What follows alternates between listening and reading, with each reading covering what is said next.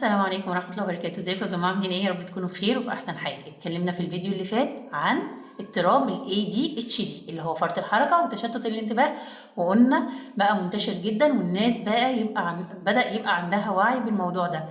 اتكلمنا المرة اللي فاتت وقلنا ان اهم حاجة في الموضوع ان اللي يشخصه مختص، مش اي طفل شقي وبيتحرك كتير وعنده طاقة يبقى طفل ADHD. لازم مختص نفسي واختبار علشان نقول ان الطفل ده ADHD. طب لو الطفل ADHD هنتعامل معاه ازاي؟ في شوية حاجات كده بقى هنتفق عليها مع بعض. اول حاجة لازم نتفق ان واحنا قلناها برضو المرة اللي فاتت ان الطفل لما بيكبر ويبدأ يخش مرحلة المراهقة، اعراض فرط الحركه دي اكيد بتقل بحكم السن شويه، تمام. لكن التدخل المبكر قلنا مهم جدا المره اللي فاتت عشان تحصيل الطفل الاكاديمي يزيد معانا وتطوره واحساسه بذاته يتحسن ويكون افضل عبال ما يدخل على مرحله المراهقه. وكمان هنتفادى ان يحصل مضاعفات نفسيه احنا في غنى عنها.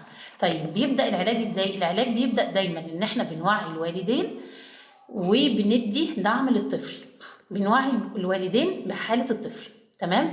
طفل عنده اضطراب يعني تعب، يعني احنا دورنا ان احنا ندعمه ونهتم بيه، وبلاش بقى ان احنا نعنفه ونلومه الحاجات دي، لا، ان احنا بنحب ابننا وبنتقبله زي ما هو بالظبط.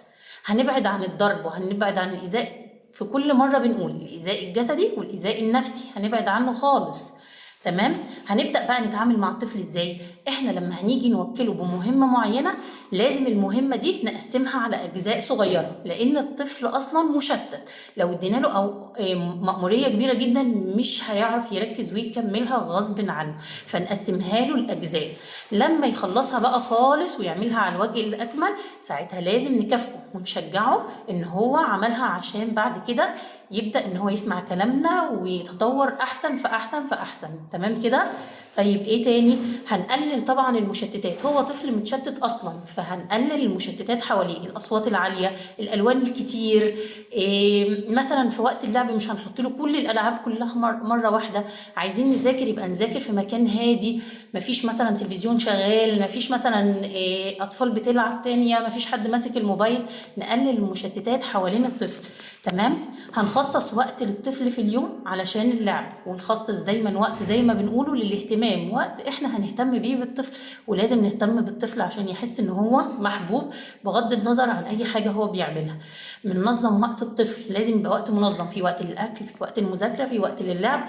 ونقلل جدا وقت التلفزيون والموبايل والعاب الفيديو جيم والمصارعه بقى والحاجات اللي فيها عنف دي هنقللها. اي طفل عنده حركه زياده انا بنصح الام بالرياضه، وقت الرياضه مهم جدا، لازم نخلي الطاقه اللي عنده دي يطلعها في حاجه مفيده. فايه المانع ان هو يمارس رياضه مفيده بالنسبه له وممتعه، وممكن كمان يتفوق بيها بحكم ان هو اصلا عنده طاقه، تمام. الغذاء الصحي بقى، نبعد عن الاكل من بره، نبعد عن المواد الحافظه على قد ما نقدر، نبعد عن المشروبات الغازيه بما فيها من سكر، ونبعد عن السكريات بمنتهى البساطه. الحاجات دي اصلا بتدي للطفل طاقه فوق طاقته، فهيبقى فرط الحركه عنده زياده، فنتبع نظام صحي في الاكل.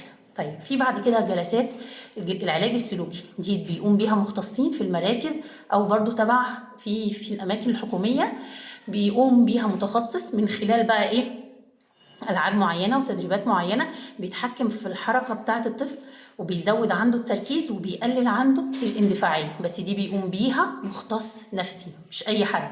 ولو احتاجنا العلاج الدوائي فطبعا لازم تحت إشراف طبيب ممكن يوصف بعض العلاج الدوائي.